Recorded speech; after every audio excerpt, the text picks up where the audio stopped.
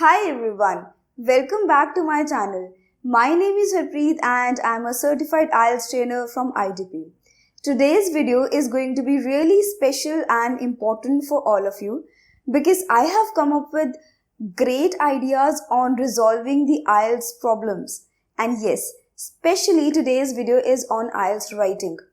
I have jotted down those 10 mistakes that all of you make while writing the IELTS essay, that's writing task 2, and then I'll also be sharing alongside their solutions. Yes. So all these mistakes are here. I have noted them down all here, and one by one I'm going to tell you all these mistakes so that you don't make them in future.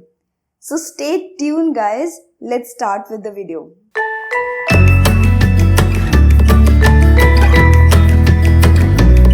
Alright, the very first and basic mistake that most of you make is taking too long in thinking and writing and then not being able to complete the task on time. The second mistake that you make is not planning your task appropriately. And what happens because of improper planning?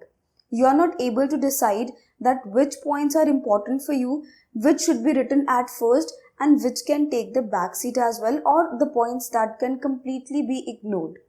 You're not able to decide that. So my dear student, it's very important for all of you to plan your task first. And while you are planning, what you have to do? You need to think of all the points, all the relevant points that are coming to your mind regarding that topic. For example, if you're writing any task on agree, disagree, so you should be able to jot down all the points that are there for the agree, all the points that are there for the disagree, right? And then from those points you need to think and decide that which are the most important or most relevant points or the points which you will be able to properly explain along with the example and result. Then only start writing. Okay, so if you do not do that and straight away you start writing, then definitely you will not be able to complete your task on time and there are going to be the confusions. And you will also not be able to write the more important points at first because it's very crucial. Okay, so now let's talk about the introduction. What mistakes do you make while writing the introductory paragraph, the very first and the most important paragraph of the essay? In the introductory paragraph, I have witnessed that most of the students, they just straight away paraphrase the question that's given. That means they paraphrase the factual statement and they paraphrase the thesis statement. But they do not mention that what are they going to write in the following paragraphs. What are the most important points for them? What are the most important points for this particular essay? Because of that, the examiner is not clear that what should come first, what is your stake, what's your opinion, and hence you end up getting 6 or 6.5 or even lesser bands. So my dear students, the problem is here not writing the outline sentence. If you want to know more how to effectively write an introduction, what is an outline sentence, what's a factual and a thesis statement, so you must go and watch this video. I'm putting the link here and the link would also be in the description. Please do write these 3 things in the introduction. That means paraphrasing the factual statement, paraphrasing the thesis statement, and delivering your own outline sentence. These 3 will definitely fetch you 7 or more bands in your IELTS writing. Okay. Then along with that, there is no requirement of writing any hook sentences, any beginning sentences or the sentences to start the introduction. You can straight away start the introduction by just paraphrasing what's given in the question. That means paraphrasing the factual statement. I hope I'm making sense. Now we need to move on to the body paragraphs. What mistakes do you make in the body paragraphs? Okay.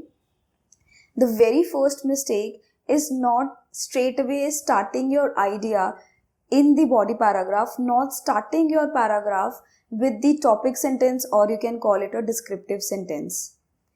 And writing, there are numerous problems, there are this and that, and writing the introductory lines or introductory sentences in your body paragraph, they are not at all required. The body paragraph must start with the first main idea of yours and that is there in the topic sentence of yours. That's there in the descriptive sentence. So straight away, write the first main idea in your body paragraph and you're good to go. The next mistake you guys make is writing too many points in the paragraph, because I have said or your teachers have said, no. Planning the points and thinking all the relevant points, all the possible points that can be there for a particular question is very good. It's an excellent job, because due to that you'll be able to plan your essay properly and you'll know that what points you should include at first and what points can even be neglected. But it doesn't mean that you have to include all those points. You have to choose from them. You need to brainstorm your ideas. Okay, do not include all the points in the paragraphs. And this comes up with the next mistake that you guys make, not explaining them, because you have to include all those points. It's highly crucial, it's imperative for you guys to explain the points that you have written. That means you need to explain the idea that you have mentioned above. And for that above idea only, you need to write the supporting sentences, the reasons for it, then example and the result. That means in one paragraph, one main idea will only come. Okay. Now let's come up with the next mistake, and that's there in the body paragraph itself, right? While you are writing the examples, what do you guys do? You write the personal examples from your own life, from your own experience. The examples that you guys are giving, they must always be general examples or factual statements. For example, you can mention the name of countries such as Dubai or Abu Dhabi where crime rate is controlled and in what ways it has been controlled. You can mention those. You can give any examples from any article that you have read in the newspaper or it was published in the magazine. You can mention about any survey that was conducted by the students of Oxford University or any other university or college. Alright, I hope I'm making sense, because if you write your own personal examples, so personal examples you cannot validate. They do not have any strong footing, so they must not be included.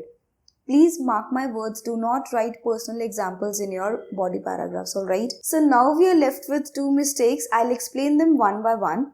The eighth mistake that you make is not using connectors and transitional words or sentences in your paragraphs, and specifically the body paragraphs. What will happen?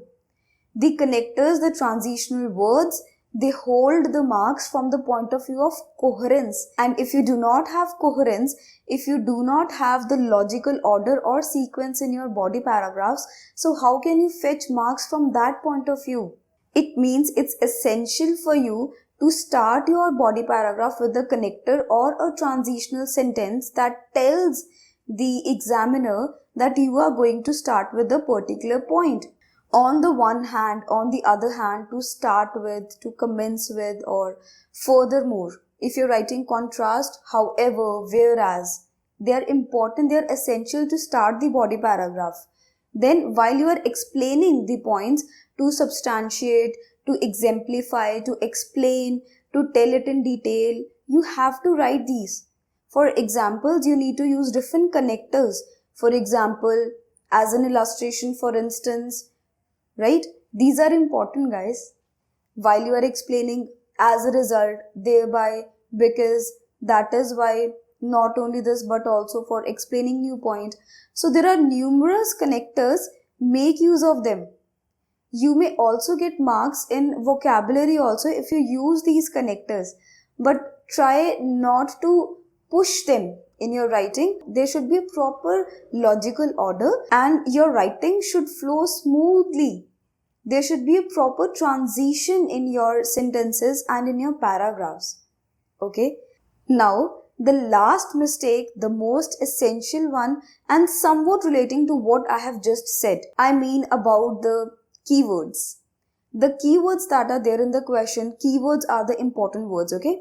The keywords have to have the synonyms. What you guys do is, you keep on repeating the same words in the paragraphs that actually have a lot of synonyms. Now, if I say a lot of synonyms of it are coming to my mind. Plethora, numerous, many, multitude, multifarious. Like these, there are so many synonyms available on internet. Why don't you make use of the internet? And why don't you learn them? Please, while you are practicing the essays or IELTS writing in general, please make use of the internet. Look for the synonyms or the words that are similar to a word, and it's important for you to look for the meaning as well. Okay, and if you know that this word can be exchanged with some other word, it can be replaced with some other word, please write that. You will get marks in the vocabulary, but make sure that again you are not pushing onto those words in your sentences, in your body paragraph, because it's important that along with having a good vocabulary, the more important thing is to have the right grammar. Your structure of the sentences should be absolutely correct, and the examiner must not feel that you have memorized them and then you are writing them. Okay, that's important. Now let's come up with a bonus tip, and that bonus tip is for the conclusion. My dear students, many of you find that conclusion is the difficult part, but it is not at all difficult. Why? Because in the conclusion, you just have to write those points that you have discussed above. It means all the important points, all the main ideas that you have discussed in all the 2 or 3 body paragraphs must be included in your conclusion. That means when the examiner reads your introduction and the conclusion, just these two, he must be able to understand what you have written in the whole essay. Okay? It means that in the conclusion, you must not include any new points or any new examples. So this is the another essential mistake that you guys make. That means you write new points or new examples or your any new idea in the conclusion, but do not do that. Okay? Now, start writing your IELTS essays by avoiding all these mistakes.